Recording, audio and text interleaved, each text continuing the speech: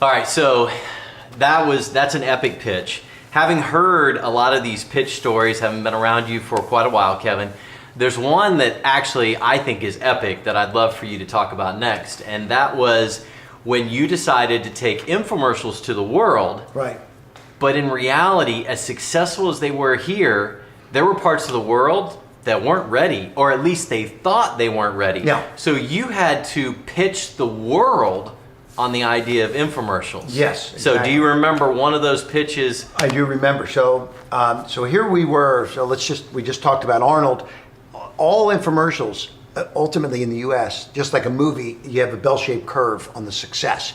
It's selling, selling, selling. It's doing very well. It peaks, and then it's out of the movie theaters or it's off the TV stations because people have either seen it and bought, or they've seen it and they're not going to buy. So we can't afford to keep it on TV anymore. So it's a bell-shaped curve. But I've got that asset of the product. It was a great product. The Ginsu knife, for example, Arnold Morris, the show, we've invested in the product, the manufacturing, the infomercial, the production. What can we do? Take it international. So I went to England. I'm meeting with the network over there. It was owned by W.H. Smith Television. W.H. Smith operates newsstands all over the world. They're in every airport virtually that you walk into. Hundreds and hundreds, probably thousands of them around the world. So I walk into W.H. Smith Television, and I think I've got the perfect pitch for them because I'm going to turn over to them the rights to these amazing assets that I've created, these infomercials with Arnold Morris and these products that sell, and I'm going to give them to put on their TV station and generate revenues for both of us. And boy, did that pitch land with a thud, okay? Because they told me, hey, look. I think you're still hearing it. Okay, first of all, we don't like 30-minute commercials. This is England. We have the BBC 1 and 2. They don't even allow 30-second commercials. Wow. Okay, so that American way of selling, that 30-minute commercial thing you're talking about, go home, don't come back. We don't want it. It's way too hardcore, way too hard pitch. And so I literally was shocked because I thought I had a great pitch when I went over there. But when you talk about learning how to pitch, it isn't always the first time that you get it right. And this is what takes, the master of pitching that we are now, that we've created so many great pitches.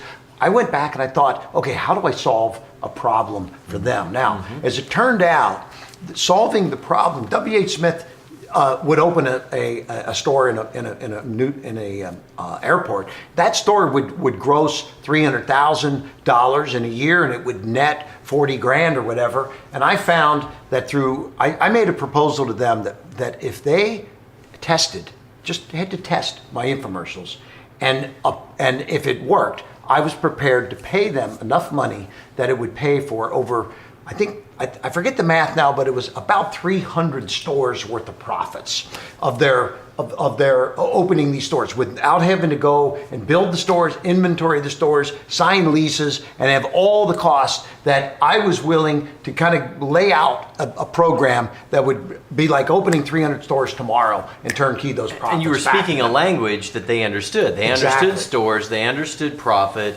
So you were speaking their language, yes, but delivering your product. Yes, so what I was doing was solving a problem for them, that it wasn't all about me anymore. When I first had gone in, it was about me. I've got these infomercials, I.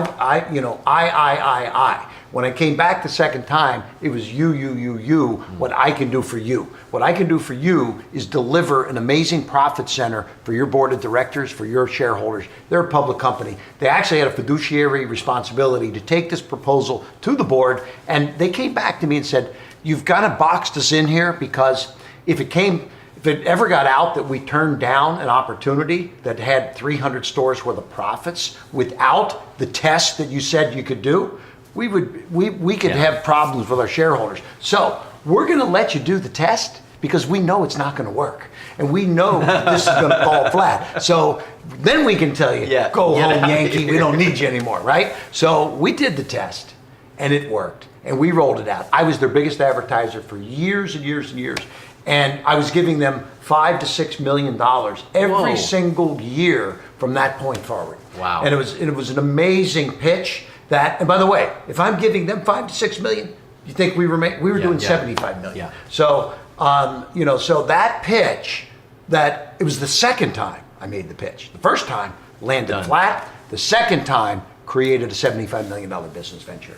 But when you say that the first time it totally landed flat, but you learned, Yes. you learned their language, you learned what was important to them, so when you came back, you knew what to do. Exactly. Yeah, I You love got that. it, yeah. All right, so I'm going to put you really on the spot because